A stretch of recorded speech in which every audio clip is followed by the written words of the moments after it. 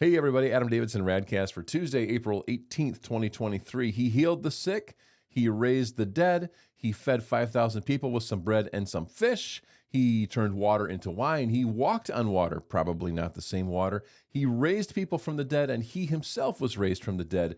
How many more miracles does it take for us to truly believe that Jesus is the Messiah? You know that that's what the miracles are for, right? It's not merely to make it so we have a better experience, though we certainly do if we experience the miracle.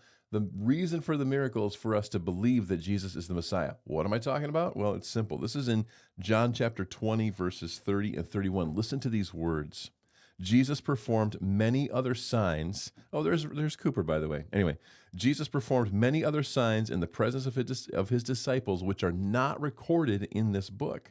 But these are written that you may believe that Jesus is the Messiah, the Son of God, and that by believing you may have life in his name. And that's the word of the Lord. So many people experienced healing, but not everybody. Just as today, there are so many in the world who experience healing, but not everybody. And so we pray fervently. We ask God. We storm the doors of heaven and we say, please, please bring about this miracle. This is our desire. This is our heart cry. And God does it sometimes, and sometimes he doesn't. I don't understand that system. I don't have to understand that system because I know that the bigger picture is this. Do we believe that Jesus is the Messiah, the one who saves us? And do we have life in his name? That's what matters most. Temporary pains are not the main thing.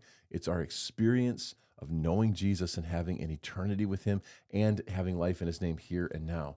Because I would rather have a little bit of suffering in my life, but a core of wholeness and vibrancy and life in his name. I'd rather have a good life and some pain than a junky life without pain. You know what I'm saying? When I was in my 20s, I had a root canal gone horribly wrong. The pain was incredible. I had to go to the emergency room. They had to put painkillers in my jaw. It was horrible. Well, I vaguely remember that, but at the time I would have done anything to get out of that pain. Anything. And then you hold a puppy and everything's fine. But like now, here and now, it's kind of forgotten. I don't even think about it. But in that moment, I would have done anything.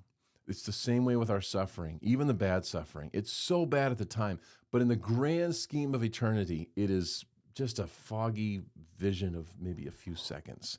And so today, it's not about the miracle. It's about the question of, do you believe in the greatest miracle? And it's that Jesus has sent his son for you and for me. How many miracles would it take for you to believe? How many more miracles would it take? That's the question, and that's RadCast.